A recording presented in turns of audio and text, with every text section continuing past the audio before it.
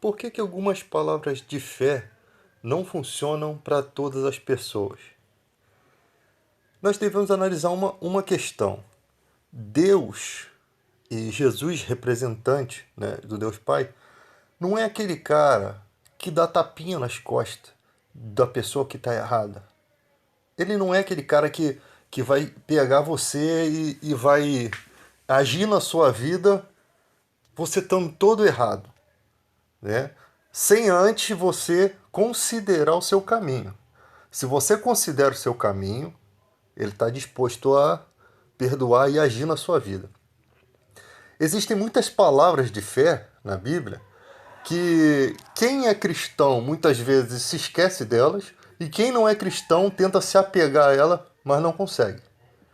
Porque a Bíblia fala que tudo que o homem planta, ele irá colher.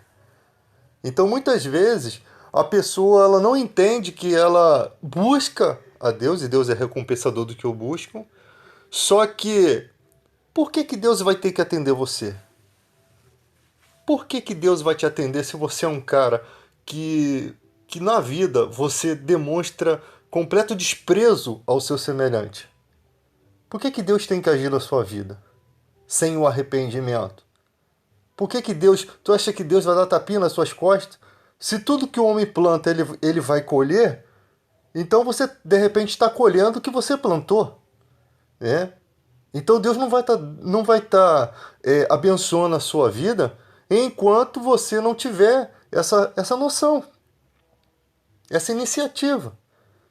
Não estou falando que as pessoas precisam ir para a igreja somente por causa de bênção. Mas eu falo de questões assim, questões, isso daí serve para cristão, para não cristão. Por exemplo, você está desempregado. Aí quando Deus olha para a sua vida, como você era no seu último emprego? Como que é a sua vida quando você está empregado? Que tipo de atitude você tem com os amigos, com os colegas de trabalho? Você é um cara arrogante? Você é um cara prepotente? Você é um cara que atrasa a vida dos outros? Como Deus vai abençoar a sua vida se você vai colher o que você está plantando? Então, enquanto você não tiver a consciência de que você tem uma vida errada e que precisa melhorar, Deus vai ficar em silêncio. Foi o que aconteceu na vida de Zaqueu. Jesus foi na casa dele, contra todos os. As, a- contra todas aquelas pessoas que não achavam certo, um judeu, não achavam certo Jesus, um homem santo, estar na casa de um cara que era considerado uma pessoa ruim perante a sociedade. E Jesus vai, passa uma noite na casa de Zaqueu e no outro dia não fala nada. Quando os inimigos foram até Jesus Cristo para questionar, Jesus se manteve em silêncio. Quando houve uma atitude de Zaqueu de consertar a sua vida perante a sociedade, perante o próximo, ele começa o quê? A colocar os 10 mandamentos da lei. Parece que os 6 primeiros era em relação ao homem a Deus e o restante em relação a Deus ao homem. Por isso que se resume em amar a Deus sobre todas as coisas e o próximo como a ti mesmo. Então ali Zaqueu está disposto a se consertar com o ser humano. E quando ele quer se consertar com o próximo, ele se conserta com Deus. Porque Deus quer que o ser humano cuide do outro. Faça o bem ao outro e não o mal. Então ali Jesus se manteve em silêncio. Quando aquelas pessoas que se queixavam com razão, era uma queixa com razão, eles não estavam errados de se queixar. E quando eles se queixaram e Zaqueu toma uma atitude, Jesus toma uma, uma, uma defesa, toma frente e defende Zaqueu.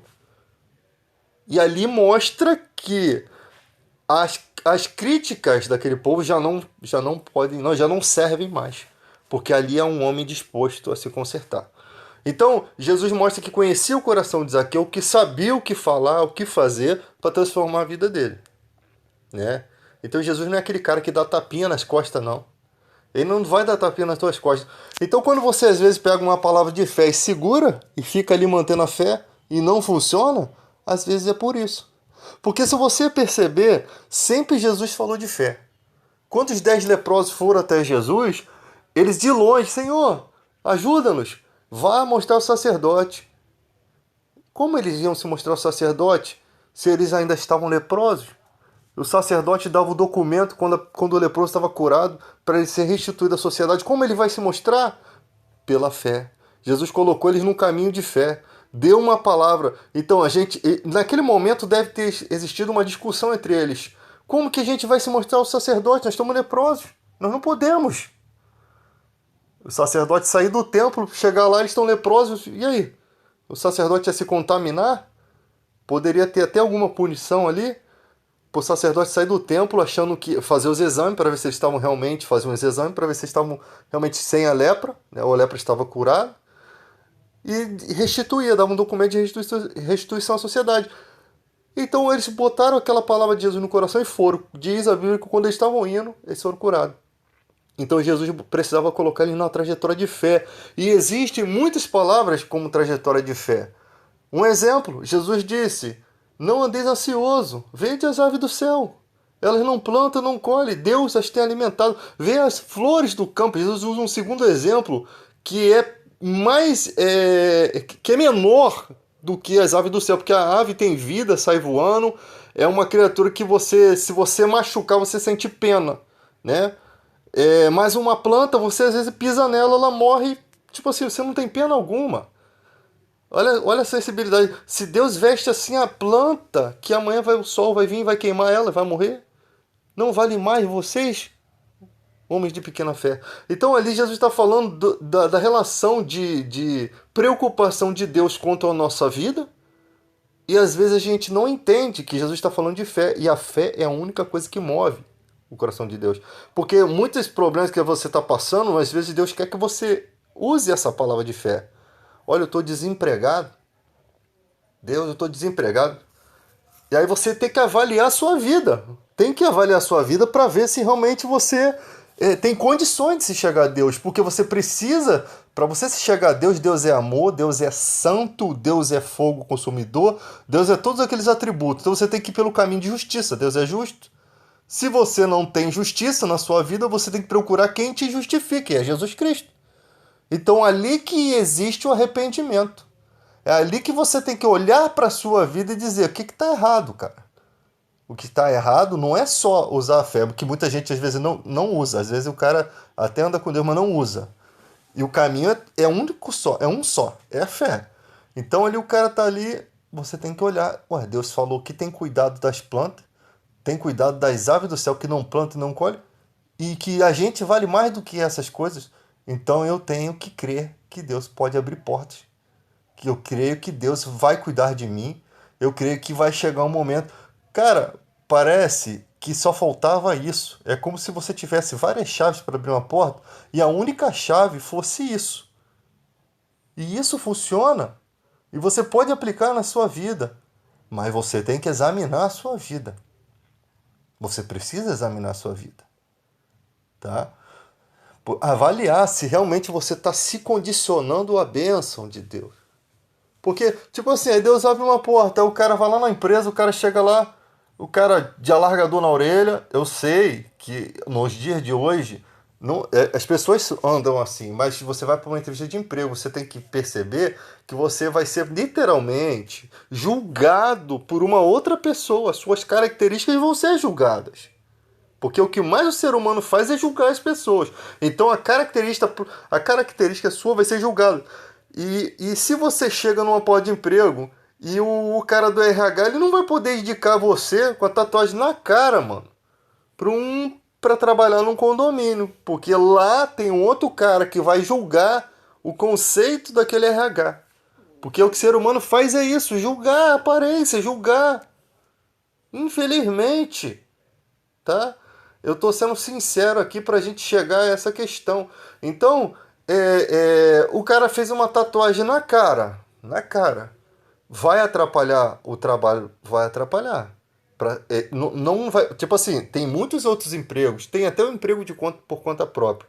Mas eu te falo que a nível de você ir numa entrevista, você é julgado.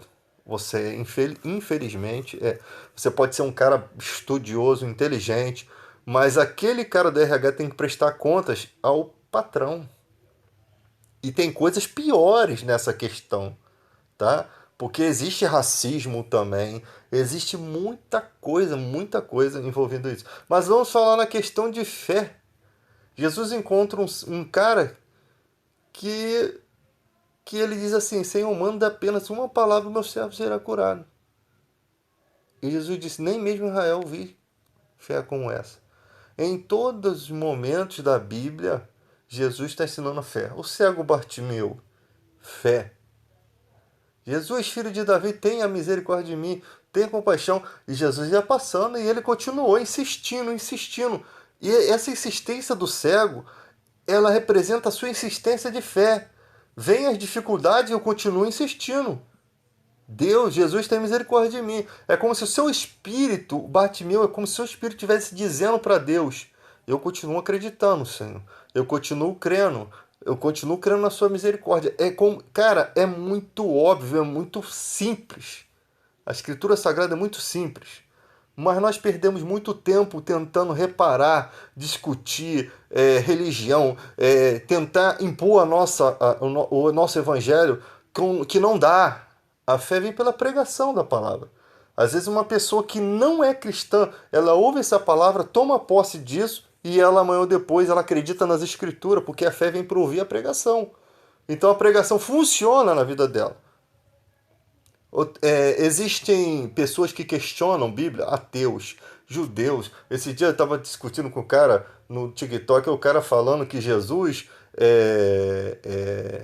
que os judeus têm ele como um bastardo, que ele era envolvido com artes de feitiçaria egípcia. Mano, é engraçado que eu tenho que provar que Jesus existe e ele não tem nada que comprove que Jesus era um feiticeiro, né? E isso eu não admito. Então eu fui lá discutir, perder um pouquinho de tempo, que às vezes a gente faz, né? E questionar. Não, você tá enganado, ele falou pra mim. Você tem que vir pra letra. Eu falei, olha só, eu não preciso ir pra letra pra provar. Ah, o nome de Jesus no grego é isso. Eles tentam te chamar pra letra. Meu amigo, tudo na Bíblia é pela fé. Não tem, a letra mata por conta disso. Quem te garante que o nome é Jesus? Se o japonês chamar Jesus de maçã e ele expulsar o demônio em nome de maçã, sendo que o cara é cristão e crê em Jesus, vai sair o demônio. Agora os caras não creem nem em demônio. Os caras não creem no Espírito Santo. Os caras não creem em nada. Porque é tudo pela fé. Não tem como você discutir uma coisa espiritual com quem não é espiritual. Por isso que não tem que lançar pérolas aos porcos. Eu não vou ficar lançando coisas de valor para quem despreza. Então, eu disse para ele, nós temos a certeza de fé pela profecia do próprio profeta de vocês. Oséias disse que o Espírito Santo, que Deus iria escrever nos nossos corações as leis dele. E isso ele faz por meio do Espírito Santo. Porque você... Ah, mas como é que você prova? A ciência prova que Jesus andou sobre as águas. Irmão, se eu creio que Jesus é o Filho de Deus e ele estava na criação do mundo e todas as coisas são por ele e para ele, né? Todas as coisas e foram feitas sem ele, nada do que foi feito se fez. Se eu creio que ele fez o universo junto com Deus, eu não tenho como não acreditar que Jesus não andou sobre as águas. Não existe essa possibilidade. Se foi documentado que ele andou e ele é o Senhor de todas as coisas, lógico que ele pode andar. Se ele criou as leis da física. Então não preciso ficar comprovando nada, porque se eu creio no unigênito do Pai, o Filho de Deus, que também é Deus, Deus Filho, como é que eu não vou crer que Jesus andou sobre as águas? Para que eu preciso pegar na ciência? Podem comprovar o que for, pode dizer que tinha um vidro debaixo, podem dizer o que for. Mas eu creio que ele tem poder para fazer o mar se aquietar, para fazer as tempestades se calar e para andar sobre o mar. Não tem como você ver isso. Você viu lá? Ninguém viu.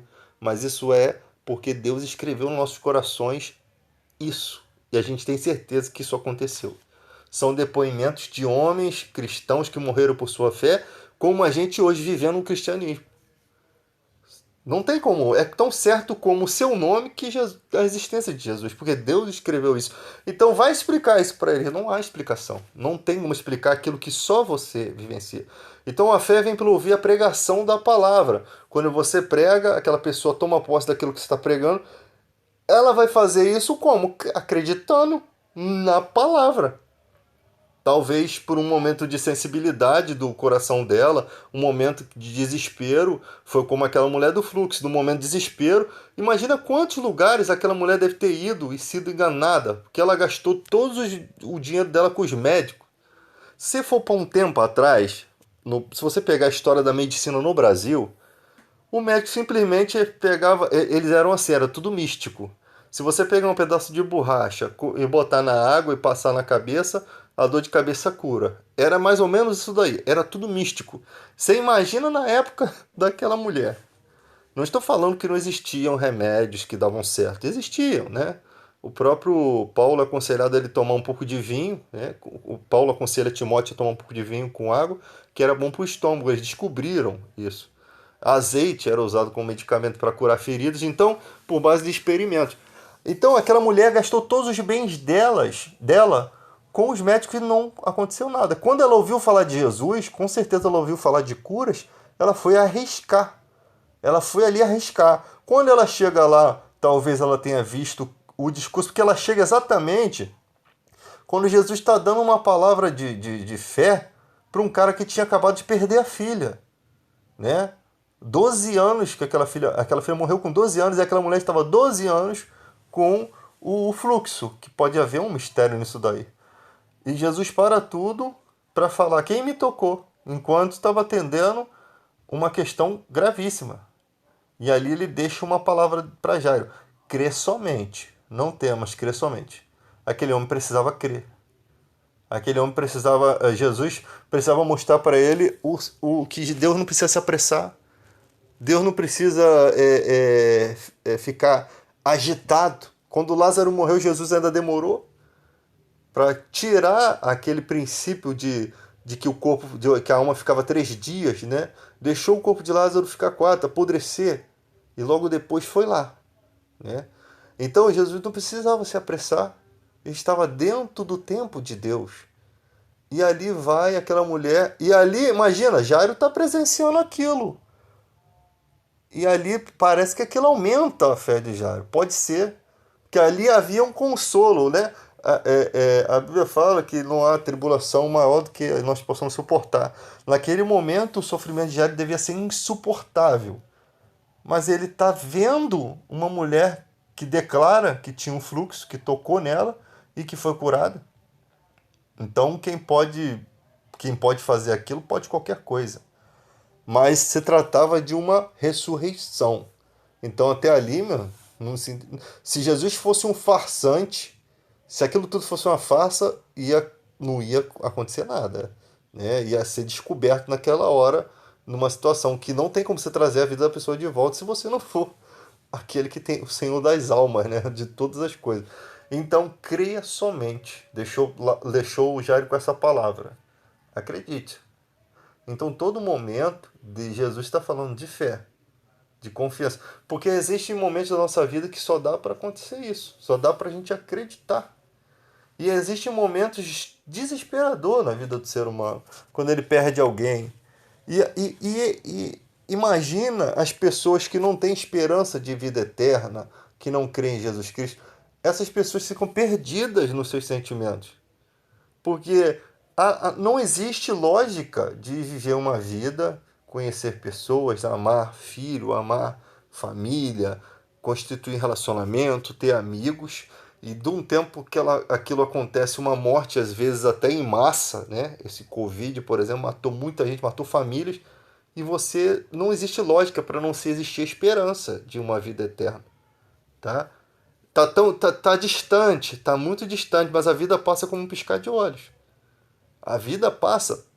Você é jovem, daqui a pouco você é moço, daqui a pouco você é adulto, né? Daqui a pouco você é velho, daqui a pouco você morre num piscar de olhos. Muito rápido a vida passa, muito rápido.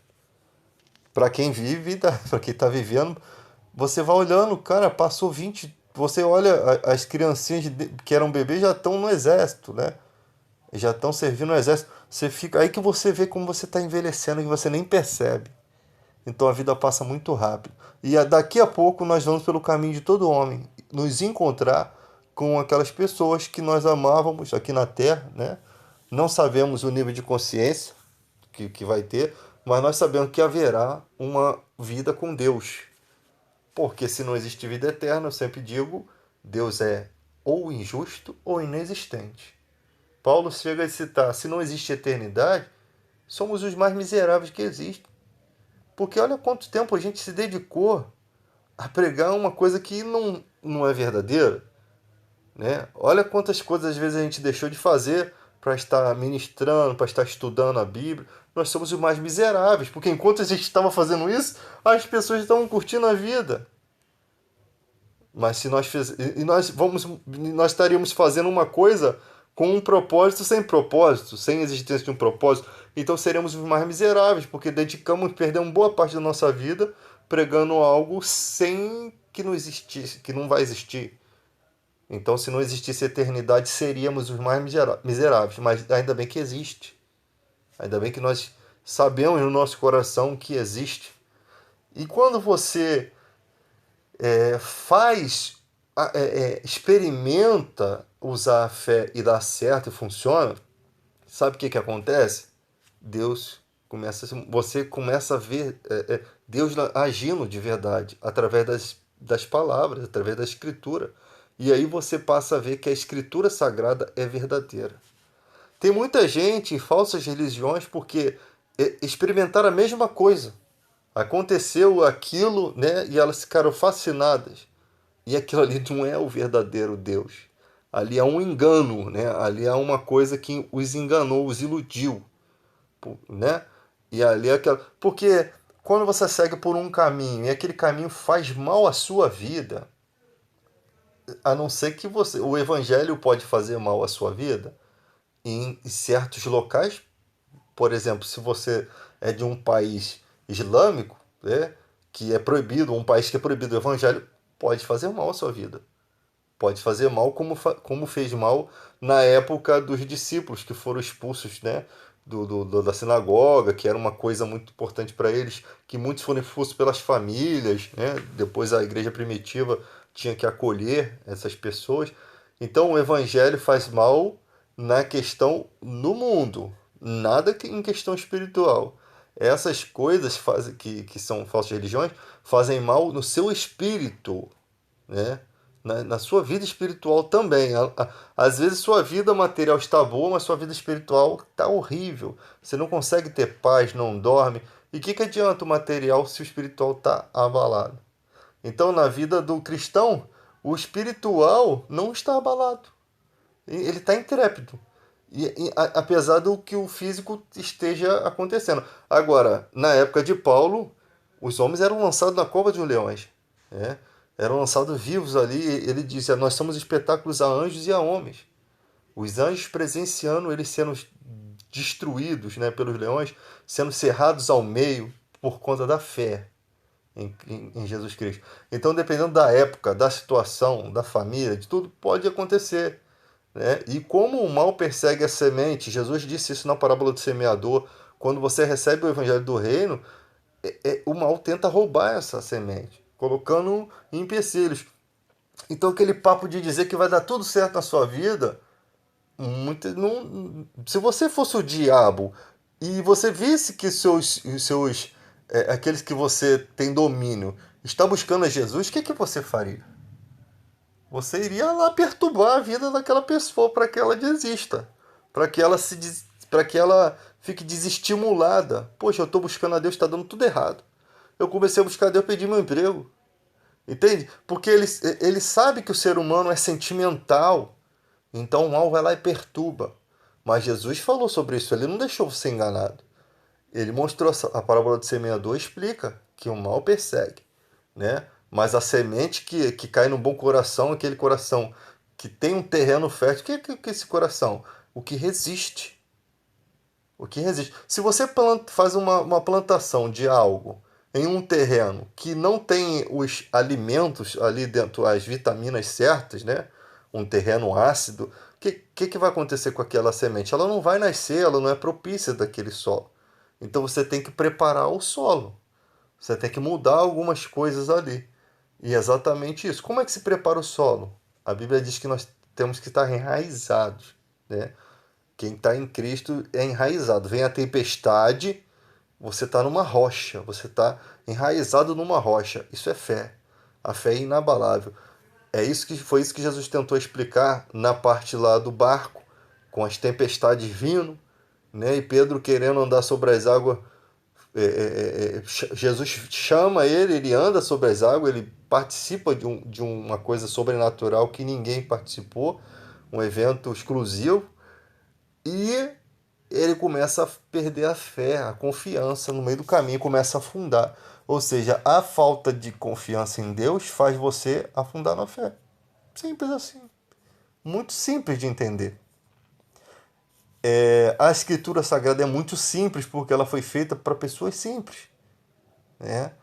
As pessoas precisam entender. Então vem os caras aí com as roupas, né, pomposas.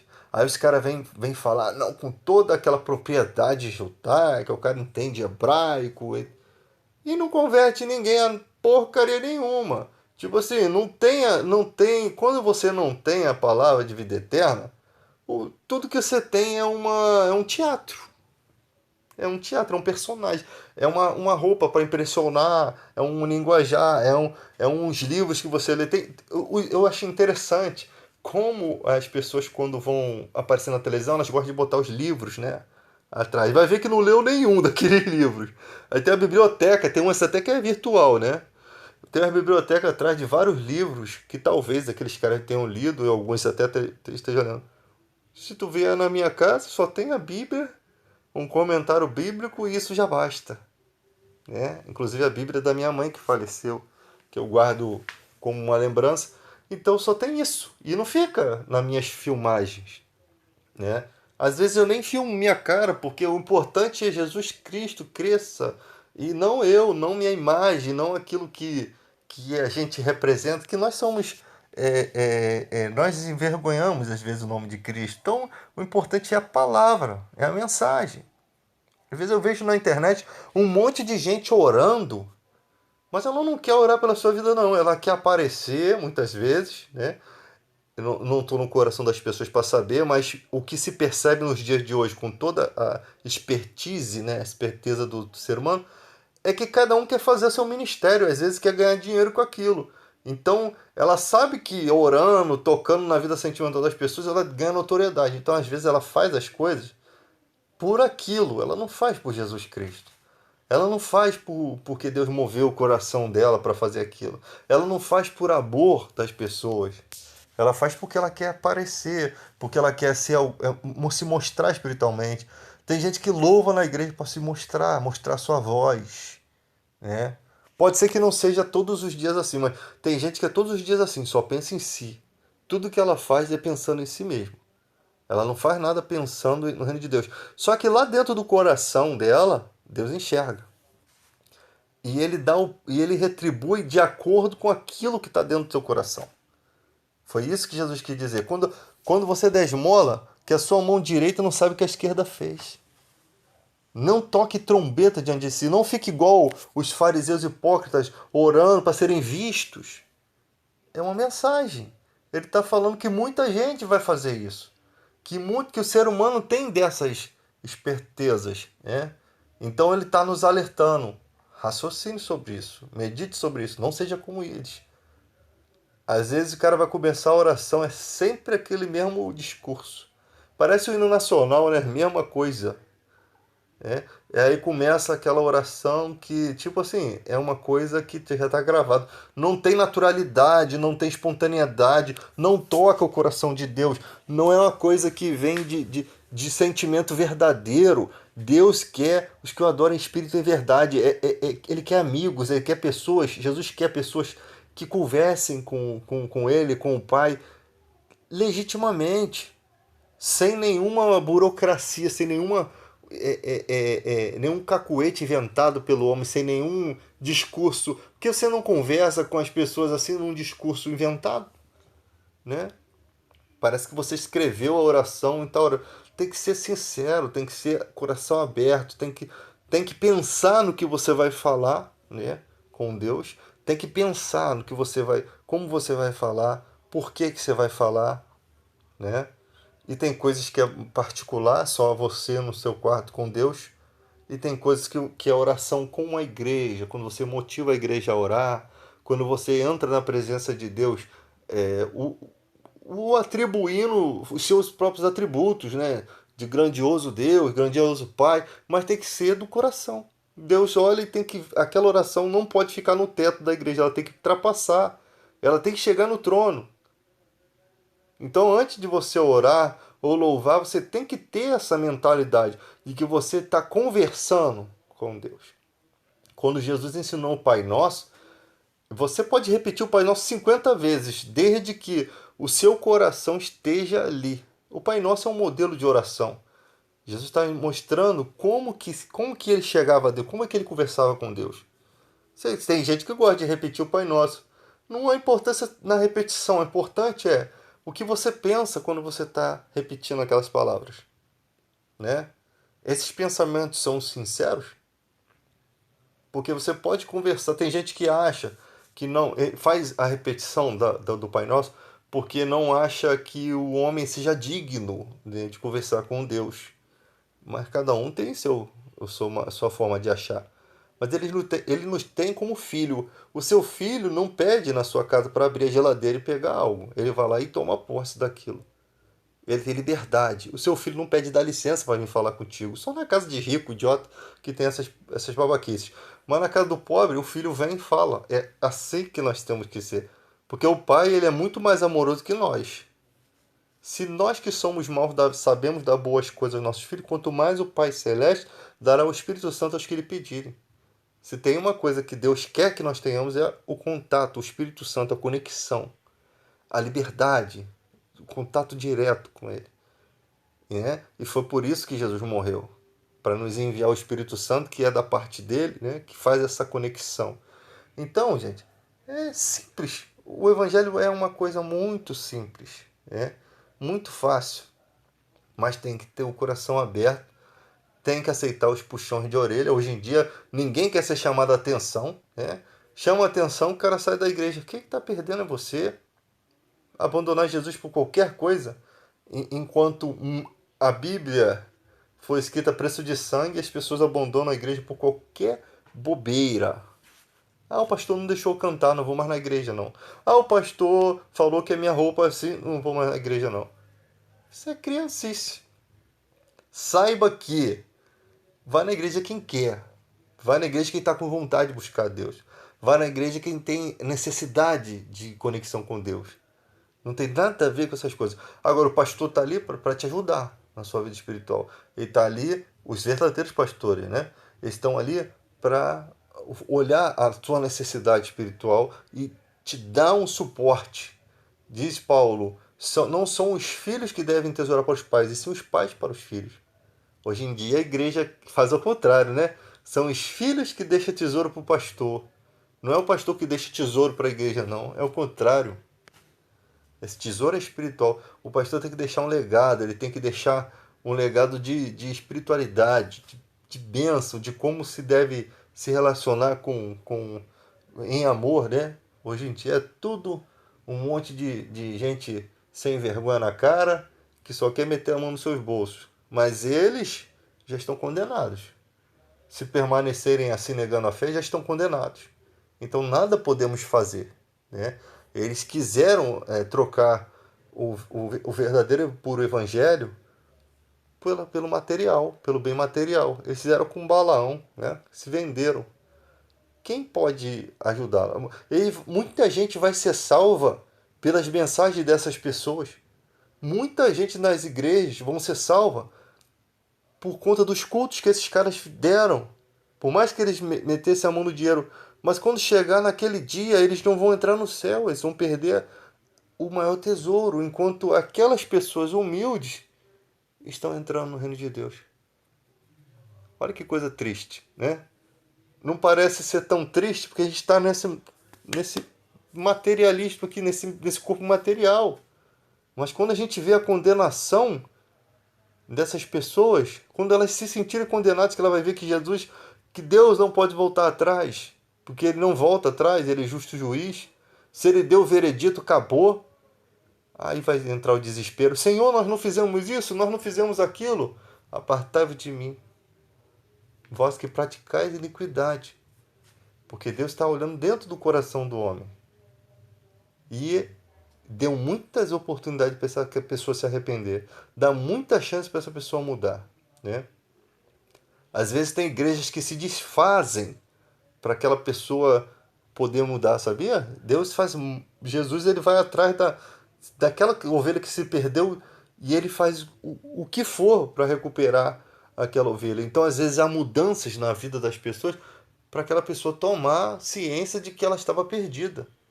Ela está num laço, como Davi esteve perdido quando adulterou com Betseba, ele estava totalmente perdido e não buscou arrependimento, não. Foi Deus que foi atrás do arrependimento de Davi, enviou o profeta lá para envergonhar ele. Para mostrar, porque o profeta que ungiu ele foi lá com a revelação de Deus e mostrou que aquela situação. Então o profeta diz um dizer, né, para mostrar que Davi era o homem da condenação da historinha que ele estava dizendo. E aí o que acontece? Ali Davi se arrepende. Porque ele ficou envergonhado, possivelmente, porque o homem que ungiu ele, né, enviado por Deus para ungir ele, descobriu a trama toda. Porque ele não teve vergonha diante de Deus. Então Deus foi atrás do arrependimento de Davi. Porque tinha propósito da vida dele, porque queria o ajudar. Enquanto isso, Urias está morto.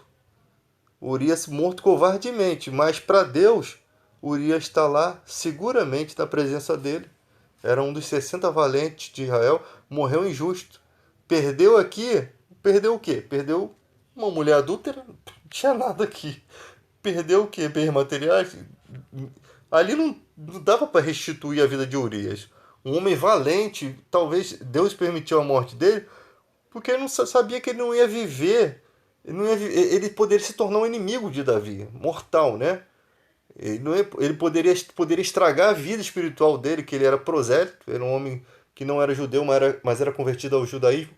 Poderia estragar a vida dele, então Deus preferiu deixar toda aquela artimanha acontecer e recolher ele para sua presença. É porque a gente não pode ver aqui, gente. A gente vive num mundo material. A gente falando de espiritual. Então a vida tem muita dessas coisas, cara. Tem muita dessas coisas. Às vezes o cara tá na vida errada, toda bagunçada, perdido. Às vezes o cara vai fazer uma coisa que vai acabar com a salvação dele. Deus, pela sua misericórdia, leva ele antes de fazer aquilo. Eu acredito dessa forma. Isso aqui não é. Isso aqui é uma conjectura. Eu acredito dessa forma. Que Deus às vezes leva para o cara não fazer algo que depois a justiça de Deus tenha que destruir ele e condenar ele. Porque é isso que o diabo faz. Coloca a gente contra a justiça dele. Coloca a gente contra o nosso próprio pai. É isso que o inimigo faz com a gente. Faz a gente tomar atitudes a ponto de a justiça de Deus ter que interagir e destruir a nossa vida.